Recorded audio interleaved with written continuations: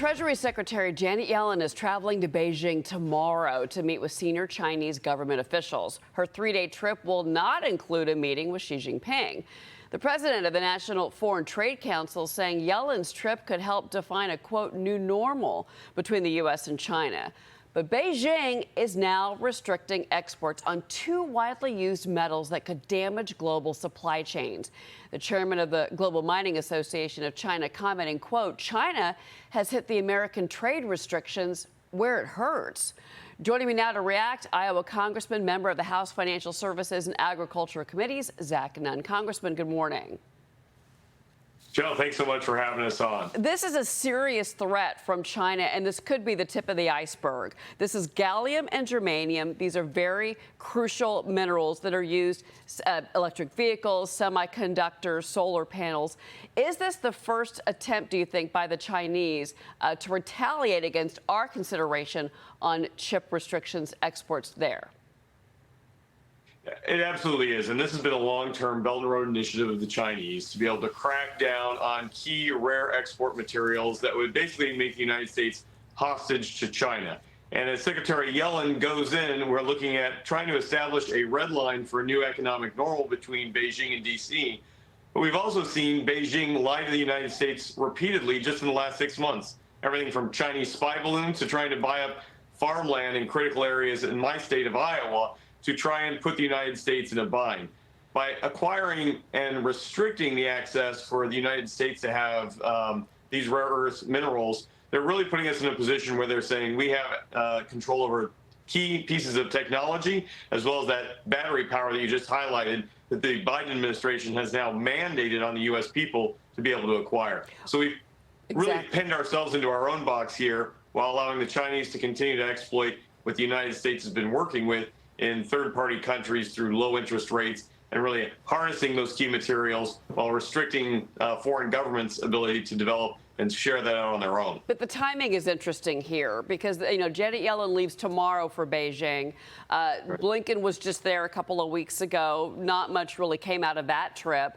And by the way, they made this announcement on the eve of the 4th of July. That's exactly right. And so we have, these flaccid attempts at trying to re-engage the Chinese government, particularly as the communist government puts more and more of its senior leaders into these top economic positions.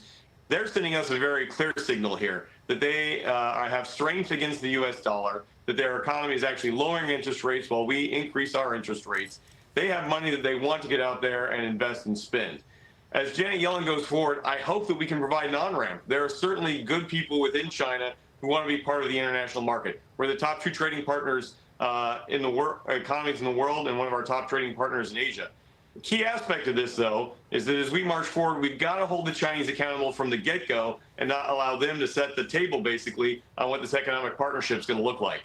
Well, the White House also tweeting yesterday that President Biden's economic plan here at home is delivering results for families and strengthening the middle class. But get this, the price of a 4th of July cookout has gone up about 14% since President Biden took office in 2021. How can he celebrate Bidenomics when we're looking at prices like this?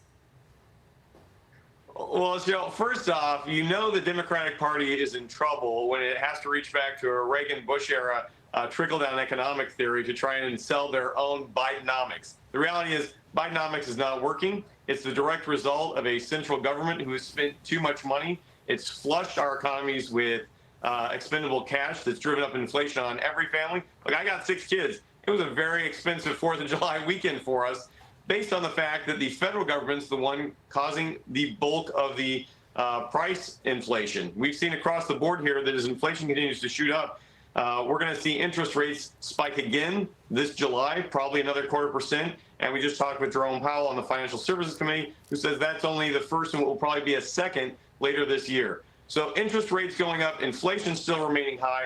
That's a huge impact that is negative to every working class, middle class family in America. If Biden wants to put his name to that, then he's going to have a lot to answer for going into 2024. Well, he already has. A new Gallup poll, by the way, finding 67% of Americans are either extremely or very proud to be American, but that's down more than 20 points. In about 20 years, just 29% of Democrats say they're extremely proud to be American. And there's this new Journal report highlighting the military recruitment crisis. Even veterans are telling their family members not to join up. Congressman, you were a member of the Air Force, you're a combat veteran. What do you make of this really big loss in patriotism that we're seeing in our youth? Well, as a military commander, on our first flights out, we had young people from across the country serving on the same aircraft as I did as we flew operations over Afghanistan and Iraq, and just a diversity of backgrounds. Unfortunately, we're not seeing that today. A Pew Charitable Trust came out just last month that highlighted that a majority of Americans are no longer looking to serve in the U.S. military. I think that's a very scary situation. The U.S. Army missed its recruitment goal last year in fiscal year 22 by 25%. That's 15,000 soldiers that we no longer have on the front lines. Those are our troops that are really the bedrock of our success here.